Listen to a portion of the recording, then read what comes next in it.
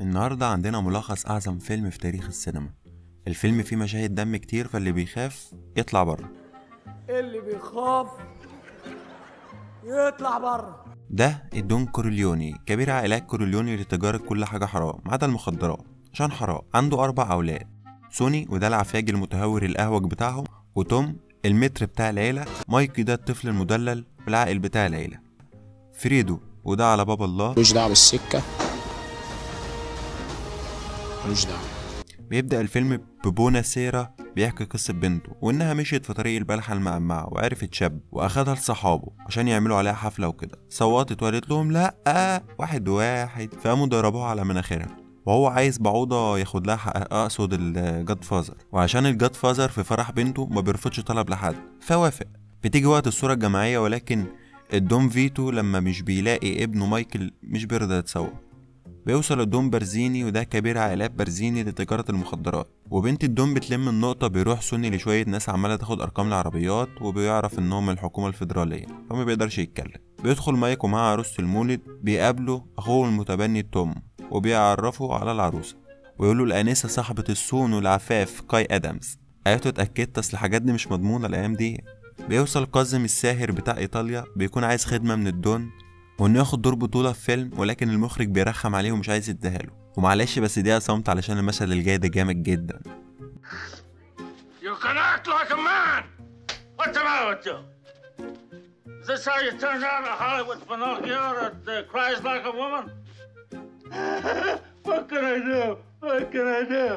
What is that nonsense? بيقول له خلاص ما تشغلش بالك، انا اخليه يوافق. بيروح المتر يقدم ليه عرض بكل هدوء، ولكن مش بيرضى. فبيصحى تاني يوم يلاقي الحصان اللي بيحبه جنبه على السرير، وده تمنه 600 ألف دولار، يعني في الرينج ده. بنتعرف على سولوتسو تاجر مخدرات قد الدنيا، واسم الدلع بتاعه تركي. بيروح يطلب من الدون السلطة والمال. بيرفض الدون انه يشتغل في المخدرات. بيبعت لوكا صديق العيلة مهمة انتحارية يتعرف على سولوتسو وكده يعني، ويقول له ان هو بعيد عن العيلة ومش عايز يعرفهم تاني والجو ده. فهوبا سولوتسو بيطيره. في الوقت اللي مايكي بيتمرقع مع ال6 حلويات، بيكون قتلوا لوكا واخدوا المتر، وابوه بينضرب 7 طلقات في الشارع وبين الحياة والموت، وبنعرف انه لسه ما ماتش. بياخدوا الحارس الشخصي بتاع الجاد فازر يفسحوه عشان بيعرفوا انه خاين، والخاين ملوش مكان بينا. بيقرر مايك ان يقتل سولوتسو والظابط، فبيروحوا المطعم ويفسحهم هو هناك. بيهرب مايك ويروح لإيطاليا. بيوصل فيتو للبيت يكمل علاجه، وبيعرف ان اللي قتل تركي والظابط هو ابنه مايكي وخلع من البلد. بيقابل مايكي بنت إيطالية، فبيقول له والله أنا كنت مصاحب شبشب في نيويورك. بعد نظرتين 3 بيروح يقعد على قهوة إيطالي ويتكلم مع صاحب القهوة إنهم شافوا بنت جامدة فشخ. صاحب القهوة بيقول له حلو قوي كده، طب ما توصفها لي.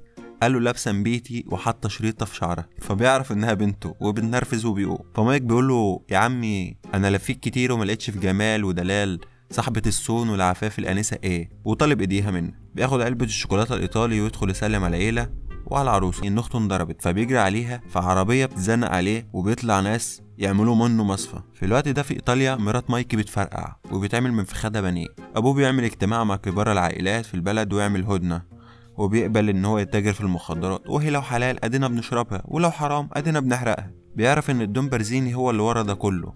بيرجع مايكي تاني ويقابل عروسة المولد ويقول لها لقد اقسمت بالبقاء معاكي. قالت له وانت بقيت؟ قال لها البقاء لله، انت هتكفري. بيبدا يكون مايك كبير العيله.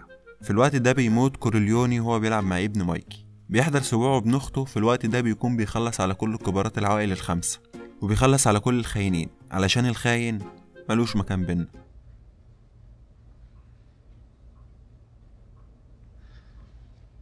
Look how they massacred my boy.